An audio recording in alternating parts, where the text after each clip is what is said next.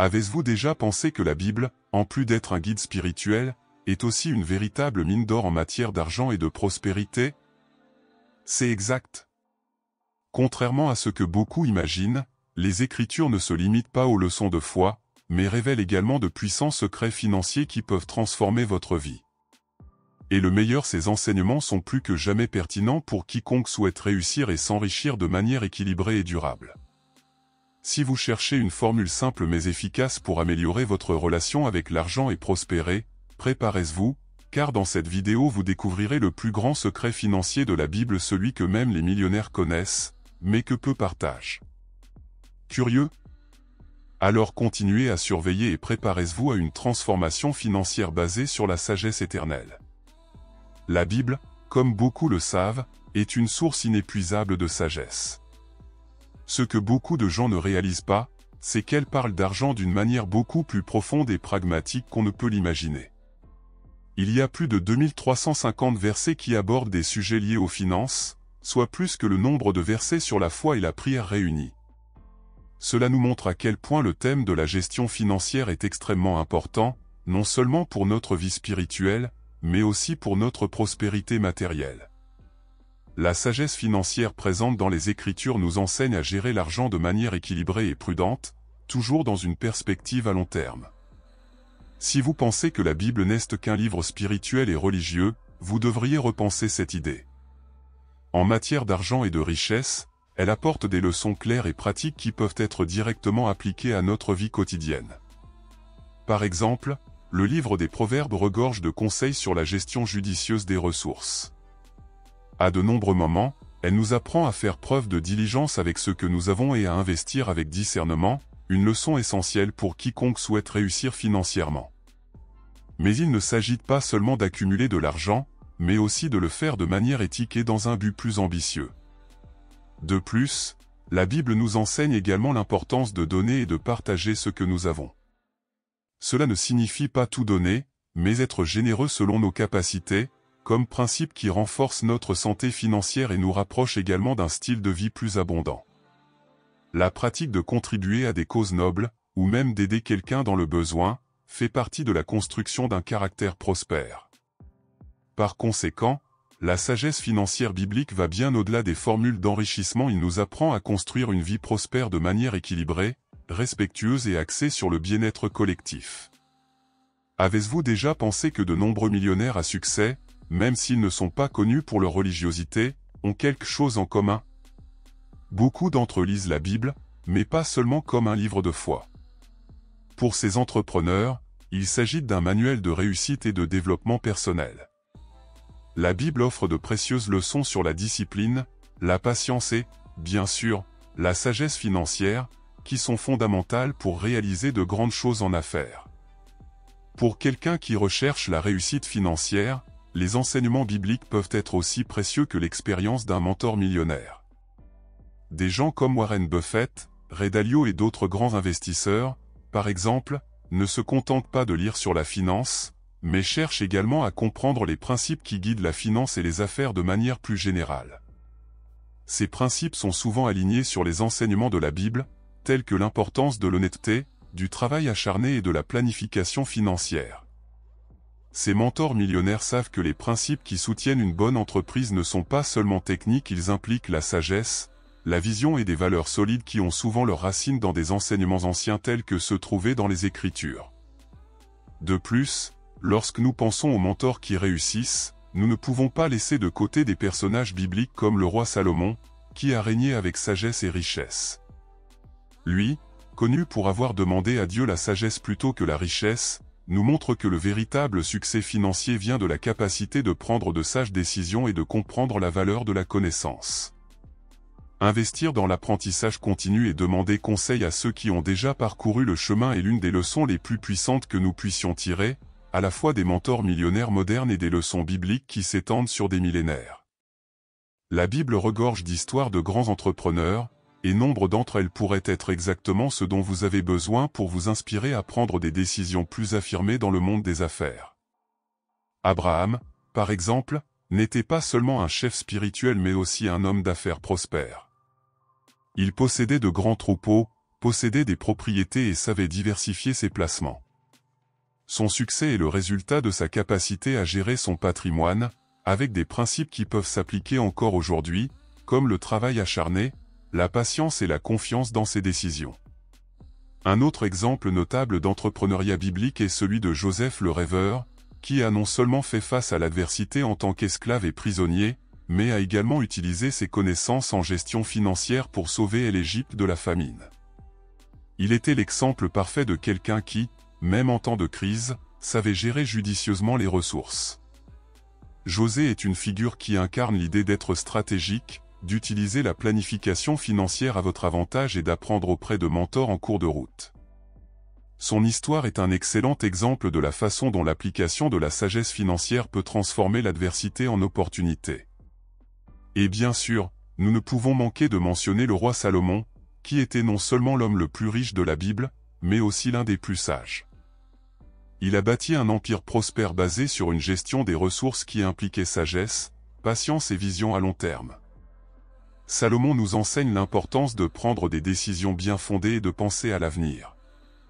Il a compris que pour réussir, il ne suffisait pas d'accumuler des richesses, mais qu'il fallait maintenir l'intégrité et gouverner de manière responsable.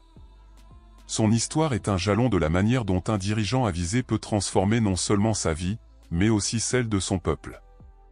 L'histoire de Joseph, le rêveur, est l'une des plus impressionnantes de toute la Bible et offre de puissantes leçons sur le dépassement, la résilience et, bien sûr, la gestion financière. Joseph a été vendu comme esclave par ses propres frères, passant d'une position très prometteuse à une vie de difficulté et d'humiliation. Cependant, tout au long de son parcours, il est devenu un exemple remarquable de la manière dont les difficultés peuvent se transformer en grandes opportunités. Son ascension en Égypte témoigne de la façon dont la sagesse financière, associée au conseil de mentors, peut faire passer quelqu'un de l'adversité à la richesse.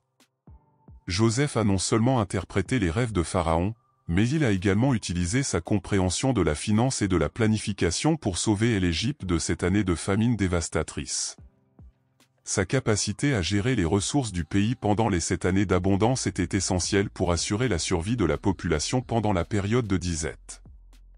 Il a suivi des principes de gestion financière tels que l'investissement en actions et la création de réserves, et ces stratégies ont fait de lui non seulement un riche, mais aussi un personnage fondamental dans la subsistance d'une nation. Son histoire est la preuve qu'avoir un état d'esprit axé sur la résolution des problèmes financiers est la clé de la prospérité. De plus, José a eu l'occasion d'apprendre auprès de grands mentors tout au long de son parcours. Sa relation avec Potiphar et avec le pharaon lui-même sont des exemples de la façon dont, en période d'adversité, la recherche de connaissances et de conseils peut être décisive pour le succès. José a non seulement appliqué sa propre sagesse financière, mais il a également eu l'humilité d'apprendre des autres, ce qui constitue une leçon cruciale pour tout entrepreneur. L'histoire de Joseph nous enseigne non seulement les finances, mais aussi l'importance de maintenir l'intégrité et la foi, même lorsque tout semble être contre nous. Lorsque nous parlons de sagesse financière, de nombreux concepts peuvent être enseignés de manière pratique et simple, et la fameuse règle des tiers en est l'un des meilleurs exemples. Cette sagesse financière juive, qui remonte à l'Antiquité, enseigne comment diviser les revenus de manière équilibrée et intelligente. L'idée est de séparer votre argent en 3 parties: un tiers pour l'épargne, un tiers pour le réinvestissement dans une entreprise ou des investissements et le dernier tiers pour les dépenses quotidiennes. Cette stratégie contribue à créer un flux financier sain et durable, en plus de garantir que vous préparez l'avenir, sans compromettre votre qualité de vie présente. Cette règle est une véritable philosophie de la vie financière. En suivant cette approche, vous pourrez non seulement gérer vos finances personnelles de manière plus contrôlée, mais également vous protéger contre des événements imprévus, comme des périodes de crise ou la nécessité de réaliser des investissements importants. En épargnant un tiers pour l'épargne, vous créerez un coussin de sécurité qui pourra être utilisé dans les moments difficiles, que ce soit pour faire face à l'inflation, à une urgence sanitaire ou encore pour profiter d'une opportunité d'investissement qui se présente. La beauté de cette règle réside dans sa simplicité et la sécurité qu'elle offre. De plus, investir un tiers de ses revenus est essentiel à la croissance.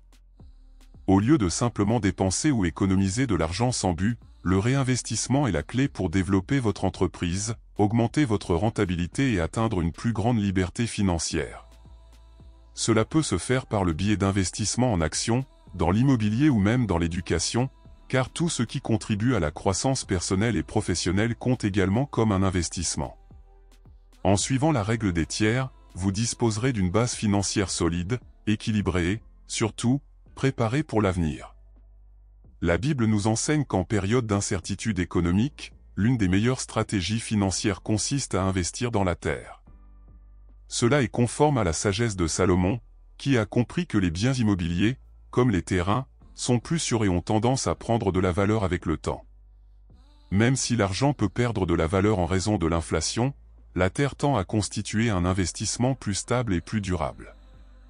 Lorsqu'on parle de richesse, l'un des actifs les plus recommandés dans les actes est précisément l'immobilier, qui préserve sa valeur même en temps de crise. Ce concept reste d'actualité aujourd'hui, constituant une stratégie fondamentale pour quiconque souhaite protéger ses actifs. Investir dans la terre pour lutter contre l'inflation est une leçon financière pratique que l'on retrouve dans les pages de l'Ancien Testament. Par exemple, lorsque Joseph gérait les réserves de céréales pendant les 7 années d'abondance et les distribuait pendant les années de famine, il veillait, en un sens, à ce que l'Égypte préserve sa richesse. L'idée de préserver et de protéger les ressources en période de prospérité pour les utiliser lorsque cela est nécessaire est fondamentale pour comprendre comment la terre peut être un investissement sûr. Les propriétés offrent une sorte de refuge contre la volatilité des devises et les taux d'inflation élevés qui peuvent éroder la valeur de l'argent au fil du temps. En outre, investir dans la terre n'est pas seulement une stratégie de protection contre l'inflation, mais aussi un moyen de garantir une richesse à long terme.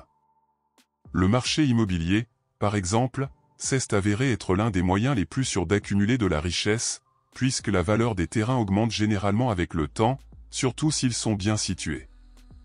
En outre, la terre peut également générer des revenus passifs grâce à la location, à l'agriculture ou même au développement de nouvelles entreprises. Par conséquent, suivre la recommandation biblique d'investir dans la terre est un moyen intelligent de bâtir un héritage financier durable, qui sera transmis aux générations suivantes. La Bible n'est pas seulement un livre d'histoire spirituelle, mais aussi un guide pratique vers la réussite personnelle et financière. Lorsque vous y approfondissez, vous réalisez que ces enseignements vont au-delà des principes religieux et s'étendent à des domaines tels que la gestion financière, la sagesse des affaires et la construction d'une vie prospère. Peu importe que vous démarriez un nouveau projet, que vous cherchiez à améliorer votre vie financière ou même à chercher un but plus grand pour votre voyage, la Bible offre les bases nécessaires pour réussir de manière équilibrée et éthique. De nombreux principes contenus dans la Bible, tels que l'importance du travail assidu, de l'honnêteté et de la planification, sont fondamentaux pour tout entrepreneur.